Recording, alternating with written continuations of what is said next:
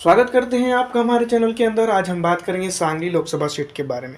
वैसे तो मैं आपको बता दूं कि सांगली एक तरह से देखा जाए तो 1952 से लोकसभा कॉन्स्टिट्यूंसी का एक हिस्सा है। डेवलपमेंट की अगर बात करें तो मैं आपको बता दूं उतना ज़्यादा डेवलपमेंट यहाँ नहीं मिलता है, देखने को नहीं मिलता है।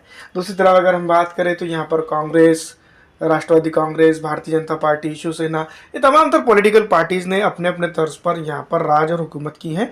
डेवलपमेंट की अगर बात करें तो मैंने आपको पहले ही बता चुका हूँ। लेकिन फिलहाल दोस्तों मैं आपको बता दूं कि इस बार का लोकसभा चुनाव काफ़ी विचित्र होने वाला है। बहुत सारे लोग तो ये तक कह रहे हैं कि ये भारत का हो सकता है कि आखिरी लोकसभा चुनाव हो, क्योंकि भारतीय डेमोक्रेसी इन डेंजर बता रहे हैं ईवीएम की वजह से।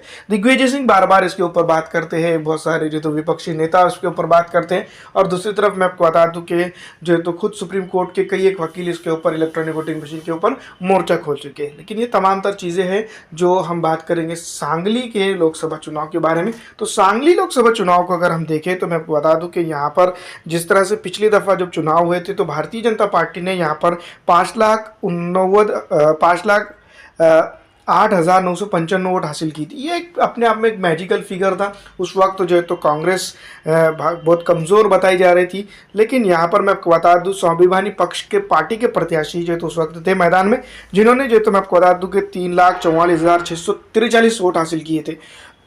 अब यहाँ पर कुछ चीज़ें समझने की है। सबसे पहले मैं आपको बता दूं वंचित बहुजन अघाड़ी भी उस वक्त मैदान में थी। तो यहाँ पर गोपीचंद पढ़ालकर ने जो 3,234 वोट हासिल किए थे। इस तरह से दोस्तों अगर बात की जाए तो पूरी तरह से यहाँ पर दोनों पार्टियां जो एक मजबूत स्थिति में थी, जो सेकंड नंबर की थी, दोनों का वोट शेयर अगर मिला दिया जाता है, यहाँ पर राष्ट्रवादी कांग्रेस, शिवसेना, ये हम नहीं देख रहे हैं फिलहाल दोस्तों को। दोनों का वोट अगर मिला जाता था 6,44,877 वोट ये हो जाता है। तो ये जो चीज़ है ये कि अपने आप में बहुत बड़ी बात है कि ये 6 लाख को क्रॉस करता है। फिर जो तो अगर हम भारतीय जनता पार्टी ने जो तो 50% वोट शिवसेना की ली थी, उसमें से 2.5 लाख वोट अगर हम देखें, 2.5 लाख में से 1.25 लाख वोट अगर हम इधर काउंट करें तो 7 लाख वोट जो तो स्वाभिमानी पक्ष के इस वक्त जो है तो यहाँ पर गिर सकते हैं।